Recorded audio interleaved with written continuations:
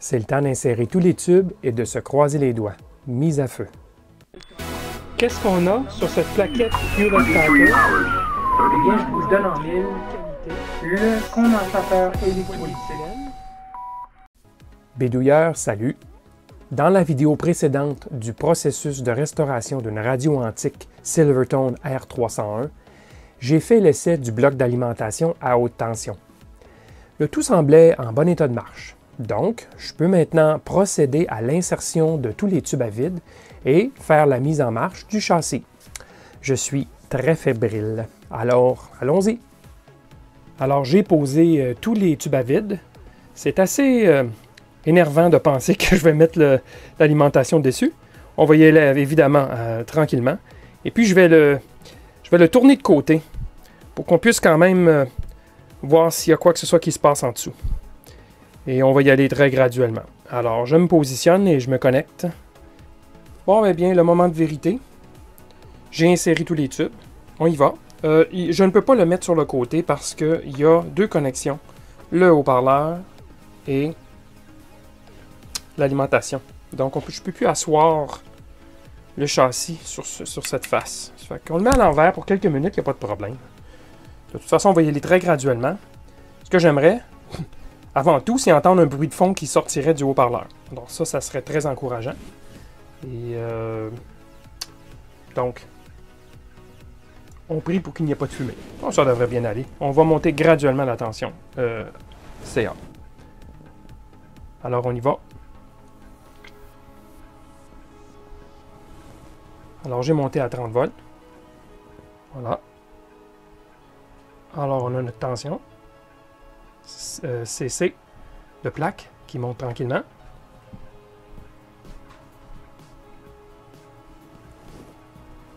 C'est évidemment pas assez pour faire fonctionner la radio, alors on va monter ça beaucoup plus haut que ça.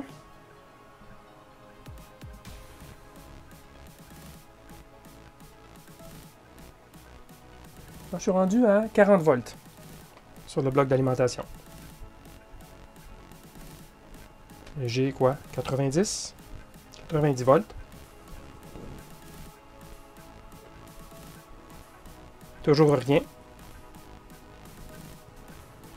Pas de fumée ni rien.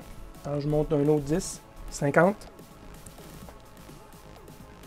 50 sur l'alimentation du secteur. On est rendu à 150. Pour moi, on devrait peut-être commencer à entendre quelque chose, tôt ou tard.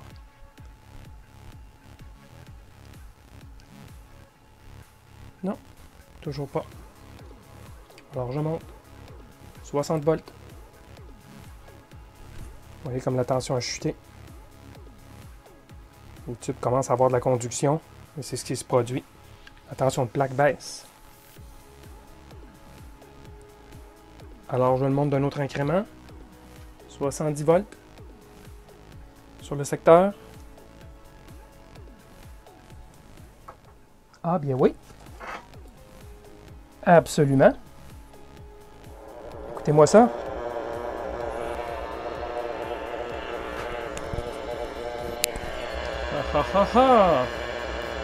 On a quelque chose.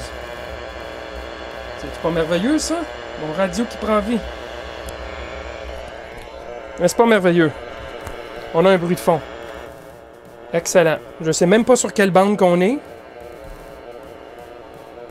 Et je ramasse l'interférence. Si j'éteins le tube fluorescent, ça ne change rien. Mais j'ai entendu dans la radio quand je l'ai rallumé. Pas merveilleux. On va essayer de syntoniser quelque chose, mettre une antenne.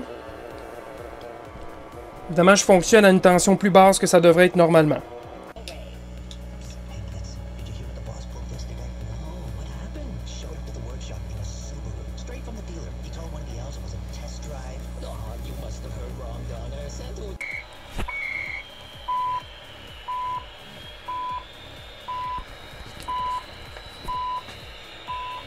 C'est pas beau ça? CHU, Canada. Coordinated Universal Time. 16 hours, 6 minutes. 16 heures, 6 minutes. Alors ça, c'est la station CHU qui est environ à 15 km de moi. C'est la station fuseau horaire au Canada. Celle-ci est à 7.8 MHz. On y est presque. Je me mets ici, je vais vous donner un meilleur éclairage. Voilà, 7.85. Donc on est à une demi-largeur d'aiguille un petit peu à côté. Sur ronde courte, ça fonctionne très très bien. Malheureusement, l'œil fonctionne, mais il est extrêmement faible. On est capable de le voir lorsqu'on ferme la lumière, l'œil de syntonisation. Alors, est-ce que le tube est tout simplement faible et devra être remplacé, ou c'est autre chose? Ça sera à voir. Alors voilà, constatation. Le système de corde doit malheureusement être aidé un petit peu par endroits. Donc je vais devoir lubrifier, resserrer. Je sais qu'il y a un petit problème de friction, donc je devrais régler.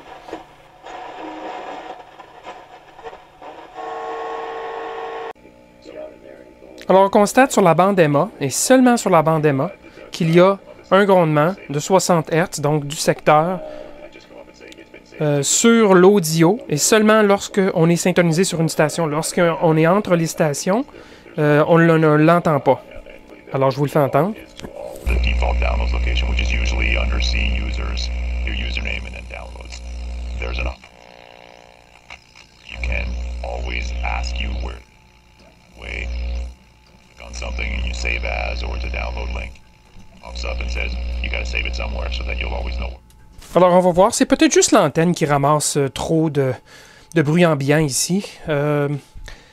Sur les bandes d'ondes courtes, c'est évidemment plus élevé en fréquence et donc on a moins tendance à ramasser ce genre de grondement. Mais c'est à voir.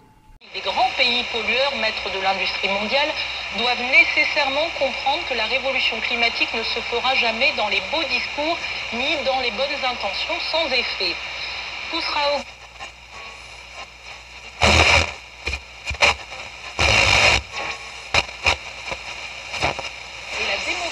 La démographie galopante, nous ne serons plus là, la nature...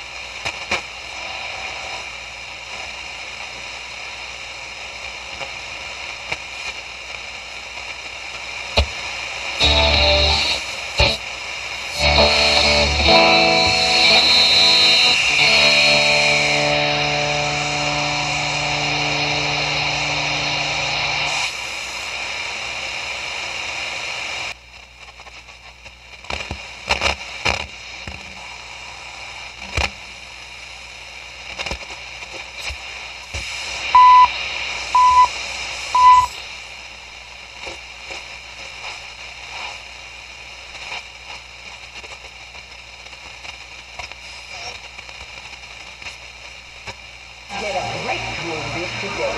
Your life will never be the same. Get ready for Did You? To say,